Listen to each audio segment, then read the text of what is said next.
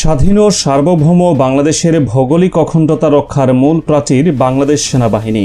সময়ের পরিক্রমায় একটি আধুনিক, যুগোপযোগী এবং আন্তর্জাতিক মানের সুশৃঙ্খল বাহিনী হিসেবে নিজেদের সক্ষমতার প্রমাণ দিয়ে আসছে এই প্রতিষ্ঠানটি। আর সেই সক্ষমতা বৃদ্ধির ধারাবাহিকতায় এবার চট্টগ্রামের ভাটিয়ারীতে অবস্থিত বাংলাদেশ মিলিটারি একাডেমি বা বিএমএতে উন্মোচিত হল এক নতুন দিগন্ত।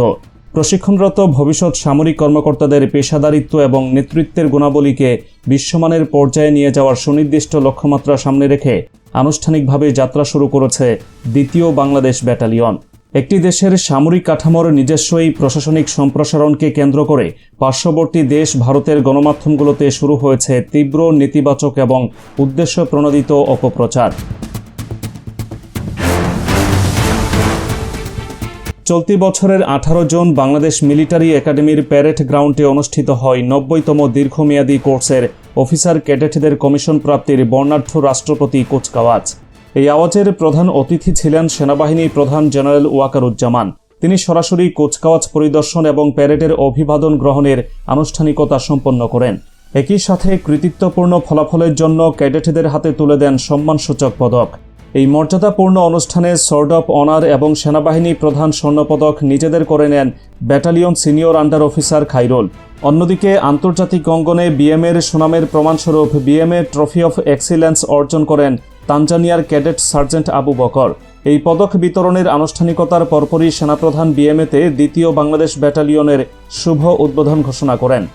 আধুনিক সমরাঙ্গনের জটিল সমীকরণ এবং ভবিষ্যৎ যুদ্ধক্ষেত্রের অভাবনীয় চ্যালেঞ্জ মোকাবেলায় ক্যাডেটদের নিখুঁতভাবে প্রস্তুত করাই এই নতুন ব্যাটালিয়ন প্রতিষ্ঠার মূল লক্ষ্য। বিএমএর দীর্ঘ ইতিহাসে এর আগে কেবল প্রথম বাংলাদেশ ব্যাটালিয়ন নামের একটিমাত্র ব্যাটালিয়ন সম্পূর্ণ প্রশিক্ষণ কার্যক্রম পরিচালনা করে আসছিল। এই প্রথম ব্যাটালিয়নের অধীনে পরিচালিত 6টি কোম্পানির নামকরণ করা হয়েছে মহান মুক্তিযুদ্ধে রণাঙ্গনের অকুতভয় বীর শহীদদের নামে। এগুলো হলো জাহাঙ্গীর, রৌফ, হামিদ, নূর মোহাম্মদ এবং মোস্তফা কোম্পানি। তবে সাম্প্রতিক বছরগুলোতে সেনাবাহিনীতে রিক্রুট হওয়া অফিসার ক্যাডেটদের সংখ্যা উল্লেখযোগ্য হারে বৃদ্ধি পেয়েছে।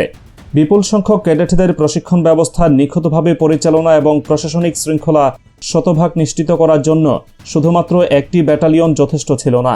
ঠিক এই লজিস্টিক এবং কাঠামোগত প্রয়োজনের জায়গা থেকেই সেনা সদর দ্বিতীয় ব্যাটালিয়ন গঠনের চূড়ান্ত সিদ্ধান্ত গ্রহণ করে নতুন গঠিত এই ব্যাটালিয়নের অধীনে মোট 4টি কোম্পানি প্রতিষ্ঠা করা হয়েছে। ক্যাডেটদের মধ্যে নৈতিক দৃঢ়তা, ন্যায় বিচার এবং নেতৃত্বের সর্বোত্তম আদর্শ স্থাপন করার তাগিদে এই 4 কোম্পানির নামকরণ করা হয়েছে ইসলামের প্রথম 4 খলিফার নামে। এগুলো হলো হজরত আবু বকর রাদিয়াল্লাহু তাআলা আনহু, হজরত ওমর রাদিয়াল্লাহু তাআলা আনহু, হজরত ওসমান রাদিয়াল্লাহু তাআলা আনহু এবং হজরত আলী রাদিয়াল্লাহু তাআলা আনহু কোম্পানি।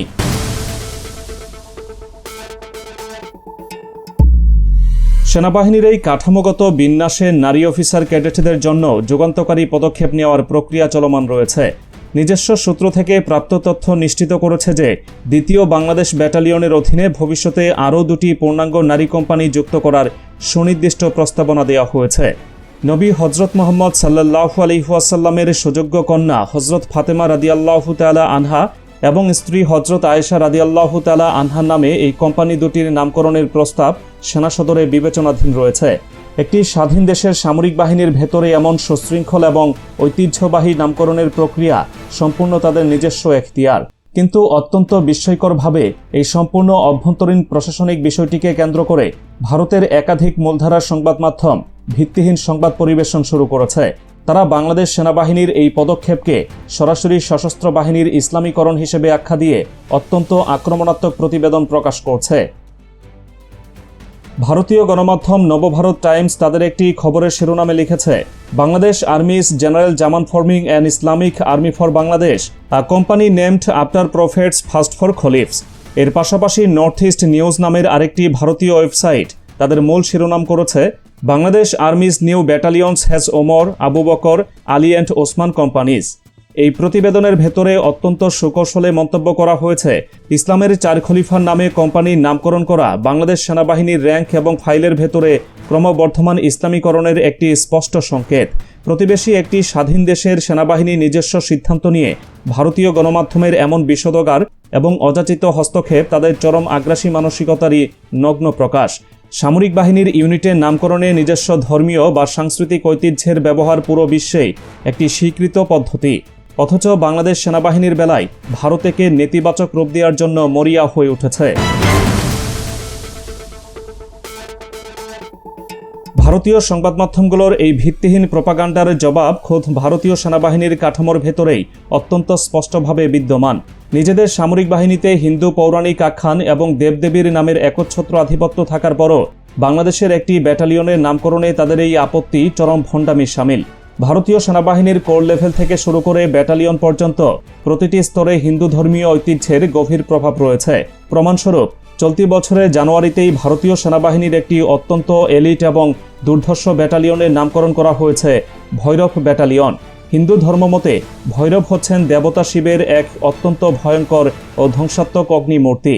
নিজেদের একটি আস্ত ব্যাটালিয়নের নাম হিন্দু দেবতার নামে রাখার পর বাংলাদেশের চার খলিফার নামের কোম্পানি নিয়ে প্রশ্ন তোলার নৈতিক অধিকার ভারতীয় গণমাধ্যমের সম্পূর্ণ অনুপস্থিত।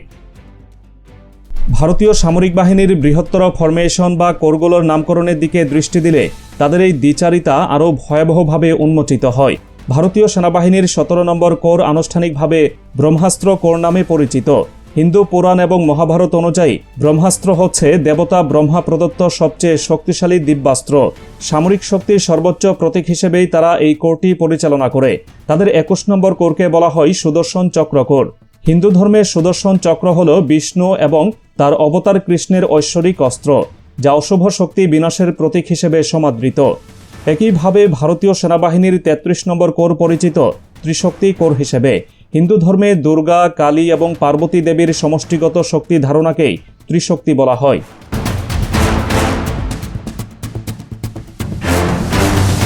শুধু তাই নয়, ভারতীয় সেনাবাহিনীর 11 নম্বর কোরকে বলা হয় বজ্র কোর। ঋগ্বেদের বর্ণনা অনুযায়ী বজ্র মূলত বৈদিক দেবতা ইন্দ্রের অস্ত্র, যা দিয়ে তিনি বৃত্র নামের অসুরকে বধ করেছিলেন। তাদের 10 নম্বর কোরকে বলা হয় চেতক কোর। হিন্দু জাতীয়তাবাদী বর্ণনায় চেতক হল মহারানা প্রতাপের সেই কিংবদন্তি তুল্য ঘোড়া, যাকে ভারতে মুঘল সম্রাট আকবরের বিরুদ্ধে হিন্দু প্রতিরোধের অন্যতম বড় প্রতীক হিসেবে বিবেচনা করা হয়।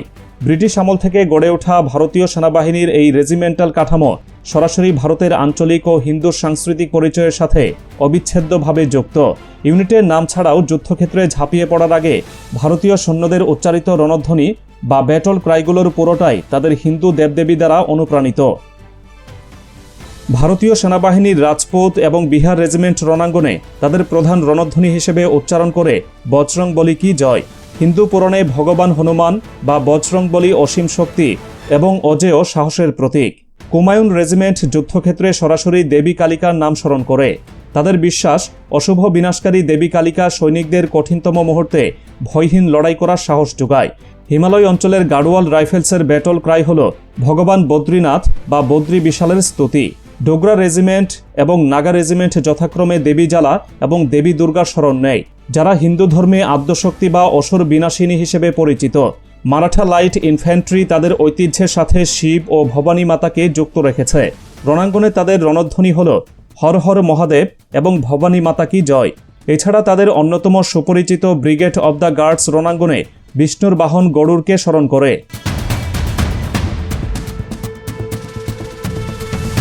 নিজেদের সম্পূর্ণ সামরিক কাঠামো, ব্যাটালিয়ন, কোর এবং রণধ্বনি আকণ্ঠ হিন্দু পৌরাণিক এবং ধর্মীয় চেতনার আবরণে মোড়ানো থাকার পরও বাংলাদেশের অভ্যন্তরীণ সিদ্ধান্ত নিয়ে ভারতের এই অপপ্রচার নির্লজ্জতার চূড়ান্ত সীমা অতিক্রম করেছে।